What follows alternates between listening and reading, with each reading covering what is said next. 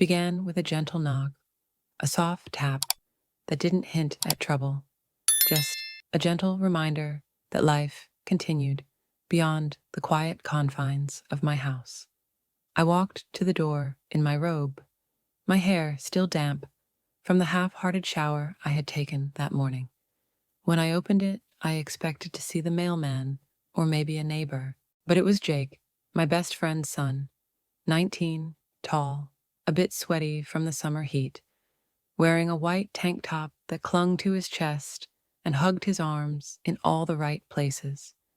His curls were messy, his smile boyish. "Hey, Miss Naomi," he said, lifting a small box. "Mom asked me to drop this off for you." His voice was deeper than I remembered. I blinked for a moment before smiling. "Jake, oh goodness, I haven't seen you in months." He handed me the package, and I could smell the faint scent of soap and cologne mixed with sun. "Yeah, been busy with school and stuff. But Mom said this was important." "Come in," I said, stepping aside. "Let me at least offer you some lemonade." He hesitated. "Only if you're sure." "I insist." He stepped inside, and something about the way he moved, so relaxed, so confident, made my throat dry. Maybe it was the way his tank revealed just enough to imagine everything else. Or maybe I'd just been lonely for too long. I poured 2 glasses and handed him one. Our fingers brushed for a split second. He looked at me with those deep brown eyes and smiled. "You look great, by the way." I laughed a little too quickly. "This old robe disagrees." "No, seriously," he said, taking a sip. "You still got it." The words settled between us like smoke. Dangerous, sweet smoke. We sat in the living room. I crossed my legs, feeling suddenly aware of my robe's looseness. Jake's eyes flickered and just once to my bare thigh before he looked away politely. I cleared my throat. "So how's school?" "Boring," he said with a grin. "I'd rather be doing something with my hands." I swallowed hard. The air changed. Maybe I was imagining it. Maybe it was just me and my crazy thoughts. But I felt it. I took another sip of lemonade, trying to keep my tone light. "You're good with tools, aren't you?" "Yeah," he said. "I helped my uncle with plumbing jobs sometimes." Just like that, an idea slipped into my mind, innocent on the outside, but laced with something darker underneath. "My shower's been acting funny," I said. "Low pressure, and I hate cold water. You think you could take a look?" He sat up straighter. "Now, if you're not in a hurry." He grinned. "Lead the way." I walked him to the bathroom. My robe shifted with every step, and I didn't bother fixing it. He knelt by the tub, twisting knobs, checking pipes. I stood behind him, watching the muscles in his back move under that thin tank top. "You've got a leak under here," he said, reaching further. "Probably needs a washer replaced. Can it be fixed?" "Yeah, might need a run to the hardware store, though." I crouched next to him, closer than I needed to be. Our shoulders touched. I felt his breath pause for a second. He looked at me, and this time he didn't look away. Our faces were too close, too quiet. I felt his eyes travel over my lips, then down the loose fold of my robe. I should have pulled away. I should have said something, but I didn't. Neither did he. The silence spoke for us. "Thanks, Jake," I whispered. "For what?" His voice was low, like a secret, for making me feel something again. He didn't respond. He just stared at me. And in that moment, I knew things had changed. That night, I lay in bed, touching my lips like he had kissed them. He hadn't. Not yet, but I wanted him to. I shouldn't have. He was my best friend's son, young, handsome, curious. But desire doesn't follow rules. And I had just opened the door to something I couldn't close. The next morning, I couldn't stop thinking about Jake, his eyes, his hands, the way he looked at me like I was more than just someone's mother, more than just an old widow in a silk robe. I stood in the mirror, brushing my hair, my robe tied just a little tighter today. Still, I noticed how my skin glowed, like it remembered his warmth, even though he hadn't touched me. I heard a knock at the door again.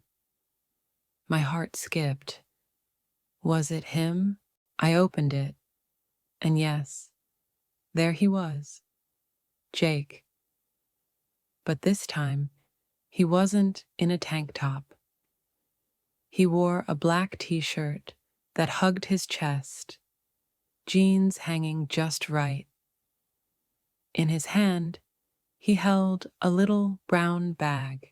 Brought the washer, he said, lifting the bag. Thought I'd finish fixing your shower. I let out a small laugh to hide how fast my heart was beating. You're too kind. He stepped inside again, like he'd always belonged here. I watched the way he moved, comfortable, confident, with a quiet strength. We walked to the bathroom again. My robe brushed against my thighs. His eyes noticed, but didn't linger.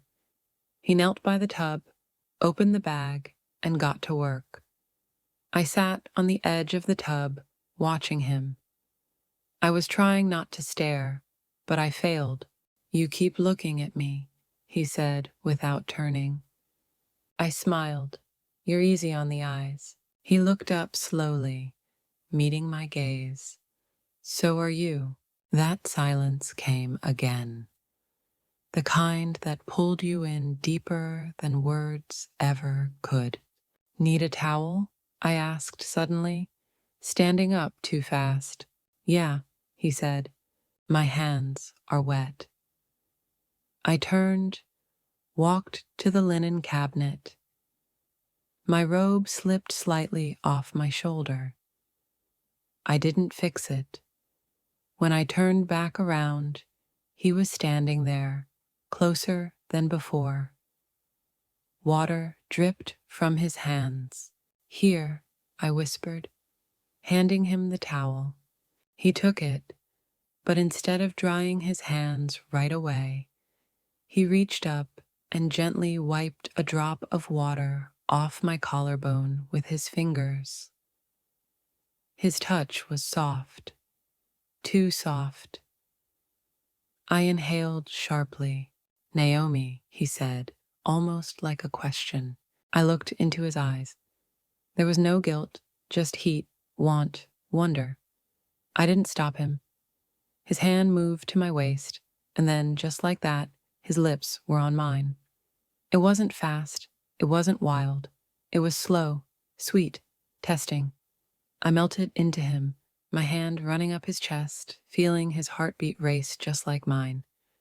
He pulled back just a little. I've wanted to do that since yesterday, he said. I swallowed hard. I've wanted that since before you knocked. That confession cracked something between us. He kissed me again, deeper this time. My robe fell open, and I didn't stop it. His hands explored me like I was a book he'd been dying to read. Every curve, every inch, every quiet moan I tried to hold in. I was a woman again, not just a widow, not just someone's mom. I was desired, craved, alive. Later, we lay on the soft bathroom rug, bodies tangled, hearts thudding, Neither of us spoke right away. Finally, Jake whispered, "Was that okay?" I turned my head and looked at him. "Better than okay." "I didn't want to push you," he added. "You didn't," I said. "I wanted this as much as you did." He smiled a real, glowing smile that made him look even younger, but somehow stronger. "We probably shouldn't tell anyone," I said. He nodded. "They wouldn't understand." I looked at the ceiling. "I don't even understand it, but I don't regret it." And I didn't, because in that small, warm bathroom, I had found something I thought I'd lost. Desire, touch, connection, something more than loneliness. And it came in the form of a 19-year-old boy who made me feel like a woman again. I woke up the next morning wearing Jake's black t-shirt. It smelled like him, clean, young, and full of mischief. He had left after our moment in the bathroom with a nervous smile and flushed cheeks. But before he walked out the door, he pulled me into one last kiss. Slower this time, longer, like he wanted to remember how I tasted. Now, as I walked barefoot into my kitchen, his shirt falling mid-thigh, I still felt the warmth of his hands. The tingling hadn't gone away. I poured myself a cup of coffee, sat at the counter, and stared out the window. The sun was already high. Birds were chirping. But inside me, a storm had started. What did we do? I was 56. He was 19, my best friend's son. I should have stopped it. I should have pushed him away. But I didn't because, for the first time in years, I had been touched. Really touched. Not just skin to skin, but heart to heart. He made me feel seen. Around noon, my phone buzzed. A text from Jake. "Can I come over later?" I stared at the message for a moment. My thumbs hovered over the keyboard. I typed, "Yes, doors open." My heart beat faster the moment I hit send. By 2 p.m., he was standing in my doorway again, holding a bag of groceries. "Figured I'd cook you something today," he said, stepping inside. "You cook now?" I asked, raising a brow. "Not well," he grinned, "but I try." I laughed and led him to the kitchen. He set the bag down and pulled out pasta, tomatoes, a small block of cheese.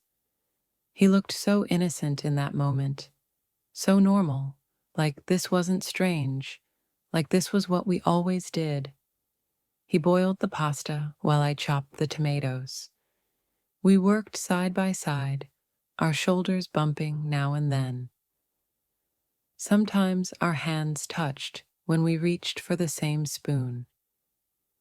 Little sparks, harmless but hot. "Naomi," he asked quietly. "Hmm? Did I cross a line yesterday?" I paused. I looked at him, and I saw more than just a teenage boy with a crush.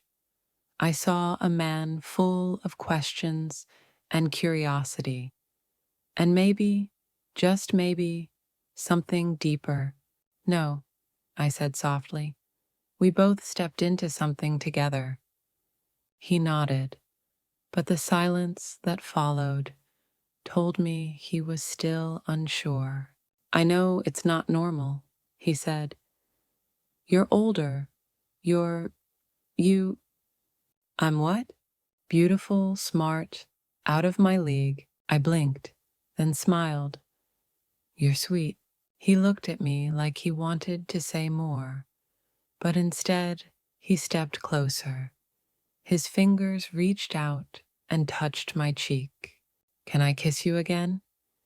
he asked, his voice barely above a whisper. I nodded, and just like that, Our mouths met again, softer this time, less rushed, more careful. His arms wrapped around my waist, and I felt myself melt against him. My hand slipped under his shirt, fingers exploring the lines of his stomach. He gasped softly, and that sound stirred something deep inside me. We kissed until the water boiled over and hissed against the stove. Later, we sat on the couch with plates of half-eaten pasta in our laps, laughing about how bad it tasted. I think we should have ordered pizza, I teased. He smiled. Next time, I'll let you cook. His hand rested on my bare thigh now, fingers drawing light circles. I didn't move. I didn't flinch. I wanted it. I needed it. Are you scared? He asked suddenly. I thought for a moment. Yes, but I'm not sorry. He leaned in, kissed my shoulder. Me neither. There it was again. That pull, that ache between something innocent and something we knew would get us in trouble. But in that moment, it didn't matter. All that mattered was the way his touch made me feel, like I was blooming again, alive, wanted, loved. That night, he didn't leave right away. We lay in bed, his chest against my back, his breath on my neck. His hand found mine under the sheets and held it, tight, warm, safe. And I realized then, this wasn't just a moment. This was becoming something more, something dangerous, something real.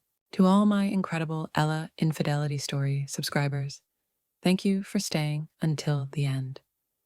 You are the heartbeat of this channel. If you're new here, please hit that subscribe button and become part of a family that dares to feel love and explore the forbidden. Let's dive into the final chapter. The morning sun slipped through my bedroom window, casting golden stripes across the sheets. Jake was still asleep beside me, his hand resting gently on my waist, his breath soft on the back of my neck. He looked peaceful, so young, so vulnerable. I watched him for a long time. This boy, this man, my best friend's son. How did we get here? How did one package turn into passion? I slid out of bed slowly, careful not to wake him. As I stood by the mirror, pulling my robe around me, the weight of what we were doing finally settled heavy on my chest. What would people say? What would she say? His mother, my closest friend for over 20 years. How would she look at me if she knew her son had kissed my lips, touched my body, whispered my name while I lay trembling beneath him? Would she ever forgive me? Jake woke up not long after. He came up behind me in the kitchen, wrapped his arms around my waist, and pressed a kiss into the crook of my neck. Morning, he said, sleepy-eyed and smiling. Morning, I whispered. But my voice was different, tense, careful. He noticed right away. What's wrong? I turned in his arms, held his face in my hands. Jake, we need to talk. His smile faded. He knew. This can't keep happening, I said softly. We crossed a line and I don't regret it, but it's complicated, too complicated. He didn't say anything, just stared into my eyes like he was searching for something to hold on to. You're 19, I added, and I'm me. You're not just anything, he said quickly. You're everything I've been thinking about since the moment I walked into your house. His words pulled at my heart, but my fear was louder. What if your mom finds out? I whispered. What if this ruins everything? He stepped closer, his hands gently gripping my hips. Then we'll be careful. But how long can we keep hiding? I asked. He hesitated, and in that pause, we both knew this thing between us wasn't just lust anymore. It was danger. It was fire with no water nearby. 2 days passed. I didn't call him. He didn't text. I kept telling myself it was over. But then, on the third afternoon, my phone rang. It was her, Jake's mom. My heart leapt into my throat. I answered, trying to sound normal. "Hey, sweetie," she said cheerfully. "Jay told me he came by to fix your shower. Thank you for letting him help." "He was a big help," I said slowly. "I swear that boy is growing into such a gentleman." She went on. "He told me you made him pasta too. Said it was awful, but sweet." I laughed nervously. He's not wrong. There was a pause, and then she said something that made my blood run cold. "You know," she said softly, "he talks about you a lot. Like, a lot more than just a neighbor should." My breath caught. "I don't know what's going on, Naomi," she continued, "but you're like a sister to me, and I trust you." Guilt twisted in my stomach. Trust. That was the word that broke me. That night, I texted Jake, "We need to stop." He replied almost instantly, "Why?" "Your mom is starting to suspect. This can't go on." There was a pause. Then he sent, "But I love you." My fingers froze over the screen. Love. No one had said that word to me in years. But I knew what I had to do. "Then love me enough to let this go," I replied, "before it destroys everything." His final message came through. "You'll always be the first woman who made me feel alive." I haven't seen Jake since that night.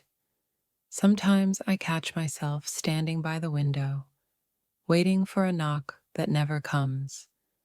But I remember the way he touched me, the way he kissed me like I mattered. And for that short time, I wasn't just a widow with a broken shower. I was a woman rediscovering what it felt like to be wanted. Sometimes love doesn't come in a forever package. Sometimes it's just a moment, a stolen kiss, a whisper in the dark, and that has to be enough. I knew it was wrong the second his lips touched mine, but the real sin, I didn't stop him. I didn't want to. The moment our front door clicked shut behind us, the world outside ceased to exist. Liam's breath hitched as my back pressed against the wall, his body caging me in with the heat of 1,000 bad decisions. Somewhere between Jake's party and this darkened hallway, we'd crossed a line, one I'd fantasized about for years but never dared approach. His fingers tangled in my hair, rough and desperate, as his other hand slid up my thigh, pushing my dress higher. "We shouldn't," I gasped, but the protest died in my throat when his teeth grazed my neck. "You will enjoy it," he murmured against my skin. I didn't say anything, and just like that, the last shred of restraint between us burned to ashes. 3 hours earlier, the party had been Jake's idea, a celebration of nothing in particular, just another excuse for our group to drink too much and laugh too loud. Liam and I arrived together, as always. That's what twins did. We were a matched set, two halves of the same whole. But tonight felt different. Maybe it was the way his hand lingered at the small of my back as we walked in. Maybe it was the way his eyes darkened when Mark from the basketball team slipped an arm around my waist, claiming the first dance. Or maybe it was the third tequila shot that had me noticing how Liam's shirt clung to his shoulders when he reached for another beer. "You're staring," he said suddenly, close enough that his breath tickled my ear. "Am not," he smirked, that infuriating, knowing smirk that always made my stomach flip. Liar. The Uber was too warm, the silence between us too heavy. Liam sat close, his thigh pressing against mine with every turn. I told myself it was just the alcohol, making me hyper-aware of his every movement. The way his fingers drummed against his knee, the way his throat moved when he swallowed. When the car hit a bump, my hand flew to his chest to steady myself. His heartbeat thundered under my palm. Our eyes locked. Something electric crackled between us, something dangerous and undeniable. The driver cleared his throat. "We're here." Inside the house was too quiet, the air too thick. Liam headed straight for the liquor cabinet. "Nightcap?" I should have said no. I should have gone to bed instead. I took the glass he offered, our fingers brushing in a way that sent sparks up my arm. The TV flickered to life, an R-rated movie we'd seen a dozen times. Except tonight, the love scene felt different, more intense, more personal. I became acutely aware of every inch of space between us on the couch, the way his breathing changed when the actress moaned, the way his jeans tightened just slightly when she arched her back. "Liam," he turned to me, his eyes black, something I'd never seen before, something that made my stomach clench with want. And then we weren't on the couch anymore. Against the wall, his hands were everywhere, in my hair, on my waist, under my dress. His mouth was hot and demanding, tasting of whiskey and sin. I should have stopped him. I should have pushed him away. But when his fingers found the lace edge of my panties, all I could do was whimper his name. This was wrong. We were wrong. And God help me, I never wanted it to stop. Sunlight stabbed through the curtains, dragging me into consciousness with the subtlety of a sledgehammer. My head pounded, too much tequila, too little restraint. Then I felt it, the warm weight of an arm slung across my waist, the press of bare skin against my back. Liam. Memories from last night flooded in. His hands, his mouth, the way he'd whispered my name like a prayer. My stomach twisted. This wasn't just some random hookup. This was Liam, Dash, my twin, my best friend, the one person I could never, ever lose. I tried to slip away, but his arm tightened. "Running already?" His voice was rough with sleep, his breath hot against my neck.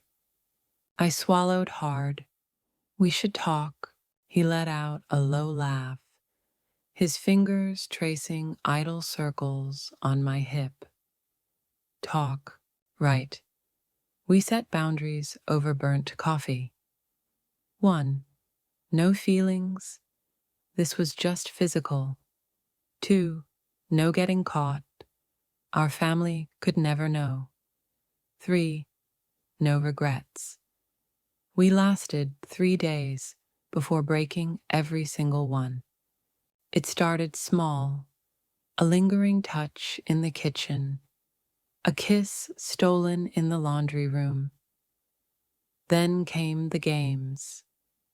The first game, Truth or Dare. We played it like we were kids again, except now the stakes were different. Truth, I said, curling my legs under me on the couch. Liam's gaze darkened. Did you think about me before that night? My cheeks burned. Every damn day. Yes. He leaned closer. My turn. Dare. I should have backed down. I didn't. Show me how you touch yourself when you're thinking about me. His smirk was pure sin. Eyes on me, Ellie. And just like that, Rule 1 was ashes. We almost got caught twice. The first time, our mom walked in while Liam had me pinned against the fridge, his hand under my shirt. We played it off as a wrestling match. She bought it, barely. The second time was worse. Jake crashed on our couch after a party, drunk and oblivious. Liam and I were in my room, his mouth between my thighs, when the floor creaked outside my door. We froze. Ellie, Jake's slurred voice. You awake? Liam's grip on my hips tightened. Shh. I bit my lip hard enough to taste blood. Just sleeping, Jake. A grunt. Footsteps fading. Liam didn't stop. Guilt crept in during the quiet moments. I'd catch Liam staring at me across the dinner table, his expression unreadable. We'd lock eyes, and for a second, it wasn't just lust between us. It was something deeper, something terrifying. Then he'd smirk, kick my foot under the table, and the moment would shatter. But late at night, when he thought I was asleep, I'd feel his fingers brush my hair back, his lips ghosting over my forehead. Ellie, he'd whisper, what are we doing? I never answered. I was too afraid of the truth.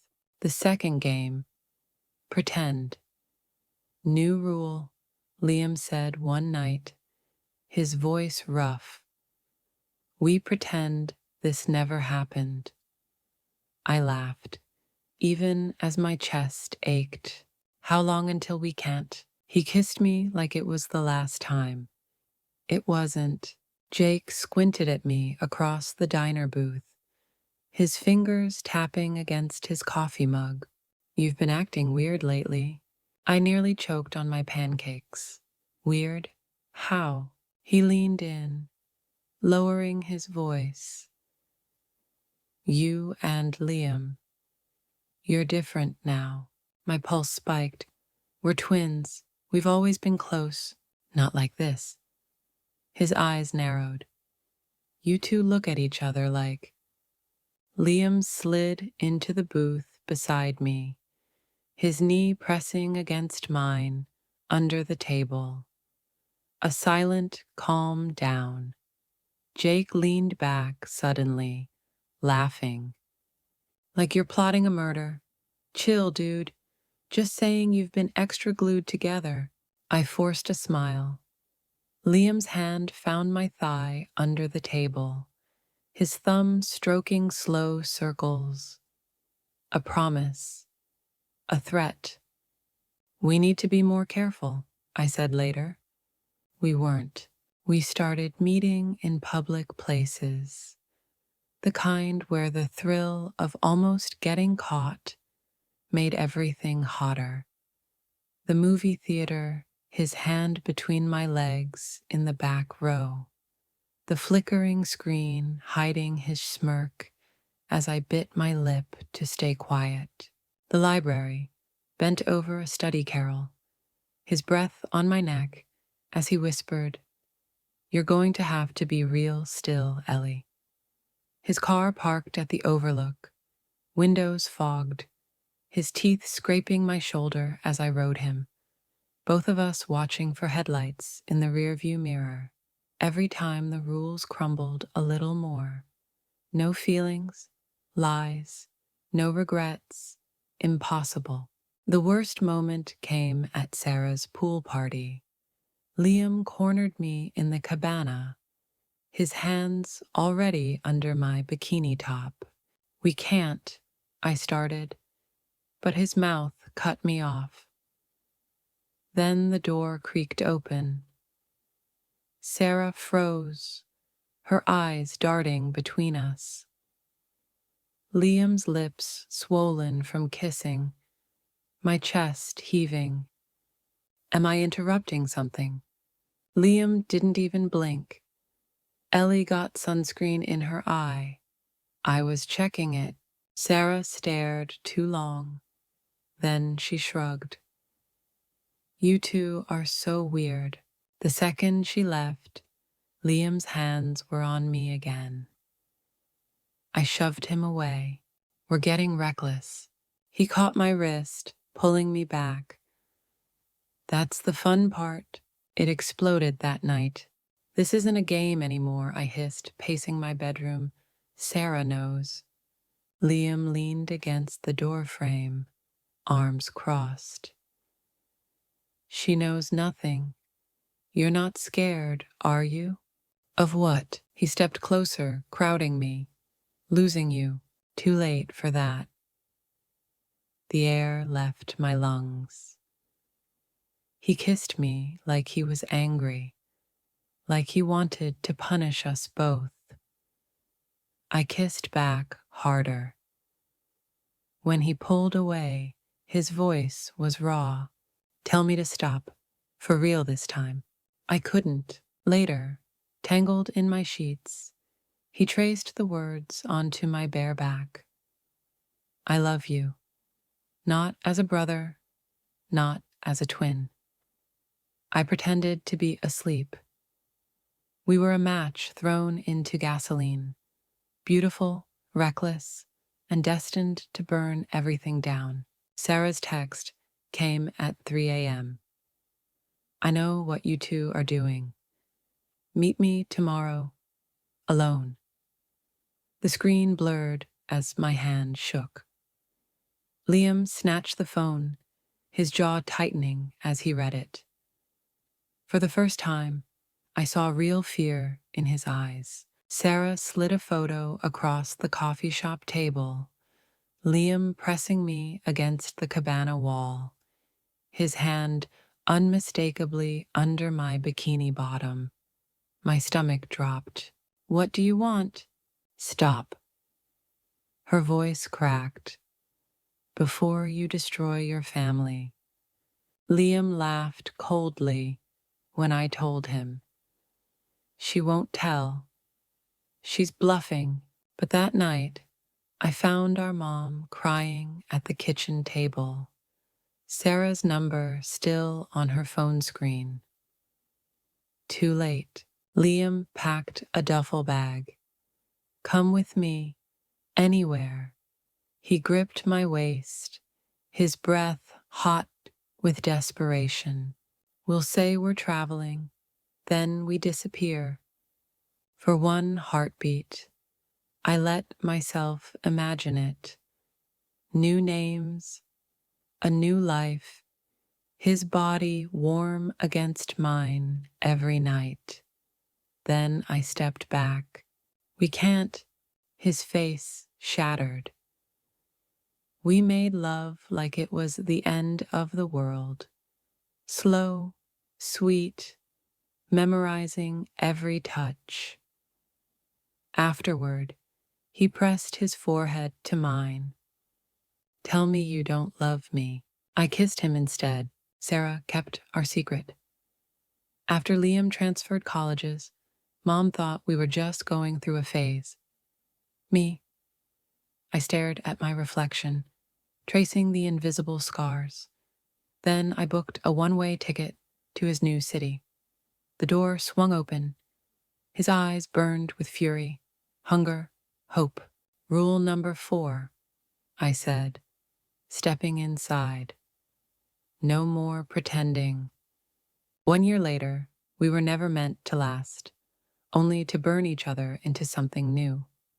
The intervention came on a Tuesday. Mom, Dad, Sarah, and Jake sat in our living room like a jury. The evidence was all there: texts, photos, the way Liam's hand always found the small of my back, even when we thought no one was looking. Mom's voice shook. Is it true? Liam opened his mouth to lie. I spoke first. Yes. His head snapped toward me, betrayal flashing in his eyes. But I was done hiding. They sent him away. Not just to another college, another coast. Dad pulled strings for an emergency transfer to a school in Berlin. 2 years minimum, he said, like we were prisoners.